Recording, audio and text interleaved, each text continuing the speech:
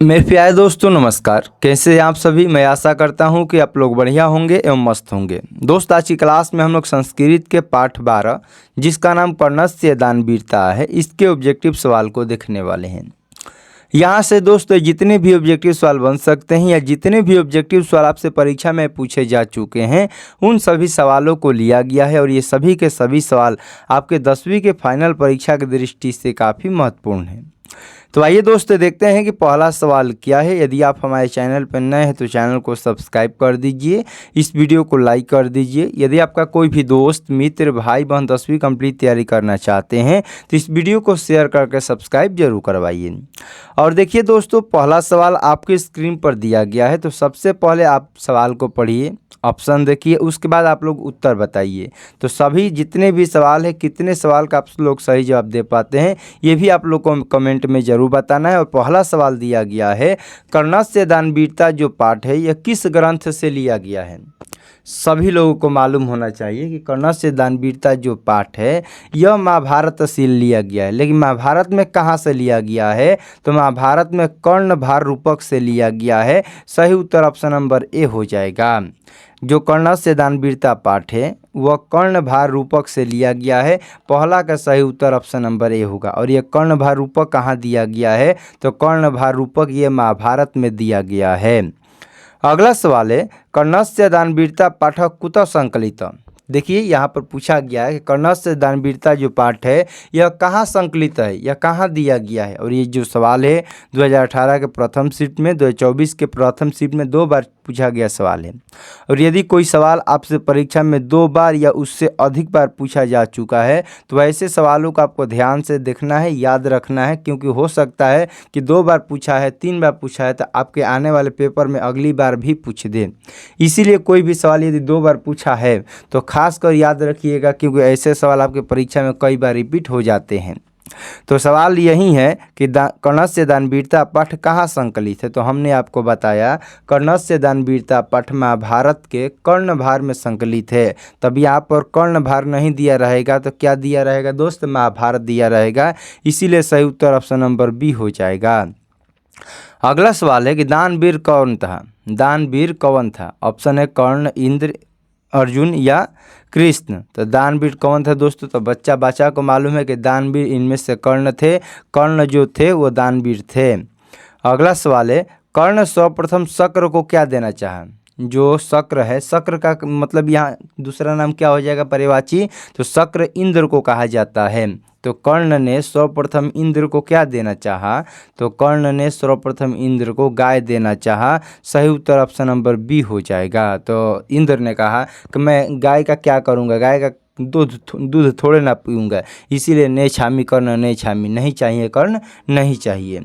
यह किसका कथन है, तो दोस्त इंद्र का कथन है। इंद्र को ही शक्र कहा गया है। अगला सवाल दोस्त दिया गया है, महतारम भिक्षा याचे, यह किसकी उक्ति है। महताराम भिक्षा याचे यह किसकी उक्ति है। ये जो सवाल है 2019 में, 23 में, 24 में, 25 में 4 बार पूछा गया सवाल है। तो मुझे बहुत बड़ी भिक्षा चाहिए, महताराम भिक्षा याचे यानी कि मुझे बड़ी भिक्षा चाहिए, ऐसा किसने कहा, तो मुझे बड़ी भिक्षा चाहिए ऐसा इंद्र के द्वारा कहा गया है। और इंद्र कौन है, तो इंद्र को ही शक्र कहा गया है। सही उत्तर ऑप्शन नंबर सी। देखिए 5वां का सही उत्तर जिनका नहीं हुआ है कोई बात नहीं, सवाल को ध्यान से देखते रहिए।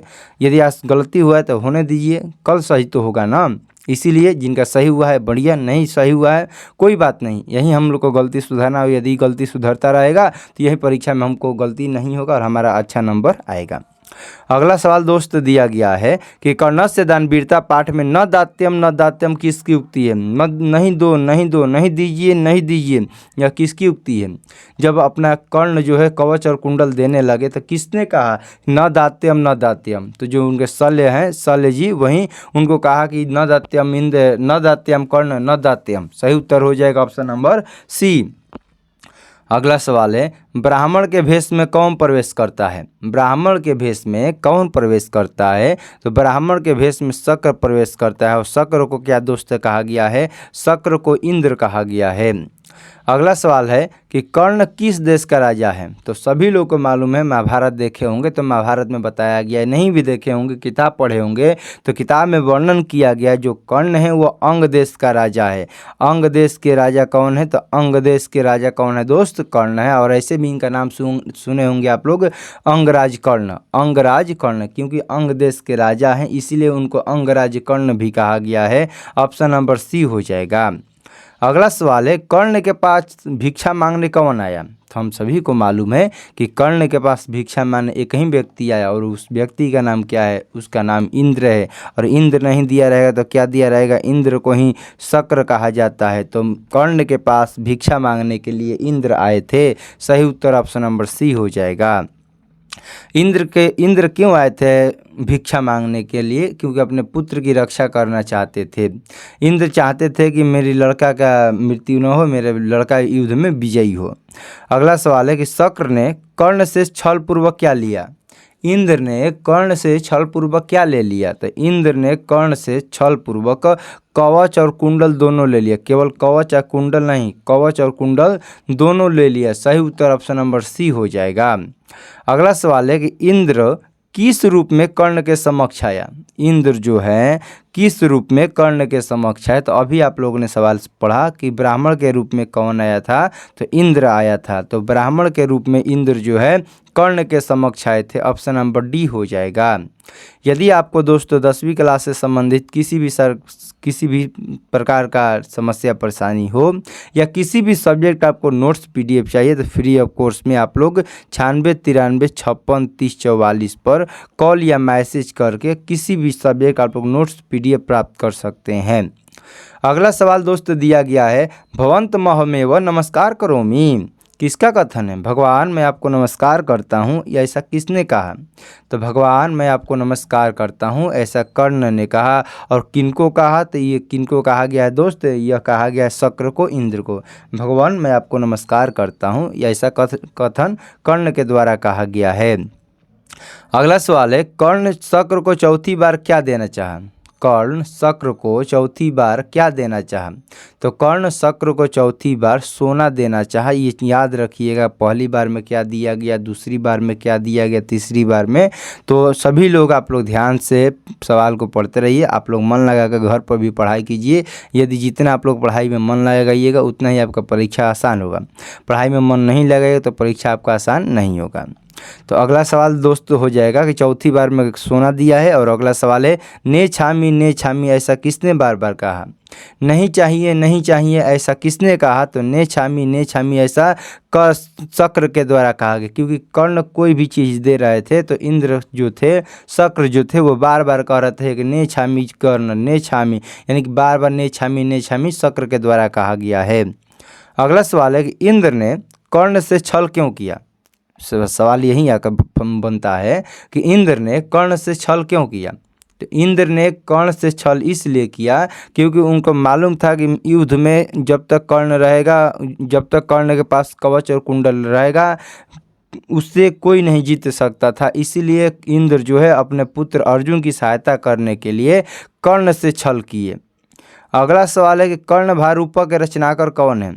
कर्णभार के रचनाकार कौन है? तो कर्णभार के रचनाकार महर्षि भास है। महर्षि भास जी जो है वह कर्णभार रूपक के रचनाकार हैं। सही उत्तर ऑप्शन नंबर डी हो जाएगा। और ये जो सवाल है 5 बार पूछा गया सवाल है। तो यदि कोई सवाल 5 बार पूछा गया है तो समझिए कि सबसे पहले तो वो आसान है और वो हो सकता है कि आपके आने वाले अगले पेपर में फिर से रिपीट कर दे। ठीक है। अगला सवाल है कि अंगराज किसे कहा गया है? तो जो राजा अंग देश का होगा उसी को तो अंगराज कहा जाएगा। और अंगराज किसको कहा जाता है? तो अंगराज कर्ण को कहा जाता है। क्यों? क्योंकि अंग देश के राजा कर्ण थे, इसीलिए अंगराज कर्ण कहा जाता है। अगला सवाल दोस्त दिया गया है कि शक्र किसका नाम है? शक्र किसका नाम है? तो जो शक्र है वह इंद्र का नाम है। सही उत्तर ऑप्शन नंबर बी हो जाएगा। अगला सवाल है कर्ण किसके पक्ष से युद्ध करता था? कर्ण जो है वो किसके पक्ष से युद्ध करता था? पांडव के? ना जी ना, कौरव के पक्ष से कर्ण युद्ध करता था, क्योंकि जानता है कर्ण कि मैं गलत कर रहा हूँ, फिर भी दोस्ती निभाने का चक्कर में दोस्त कर्ण कौरव के पक्ष से युद्ध कर रहा था। सही उत्तर ऑप्शन नंबर बी हो जाएगा। अगला सवाल है कि कर्ण किसको नमस्कार करता है? ए भाई इतना बहुत आसान सवाल है, इस सवाल को आप लोग जल्दी से बताइए, और ऐसे सवाल आ जाएगा तो छोड़िएगा नहीं परीक्षा में, तो जल्दी से बताइए कर्ण किसको नमस्कार करता है?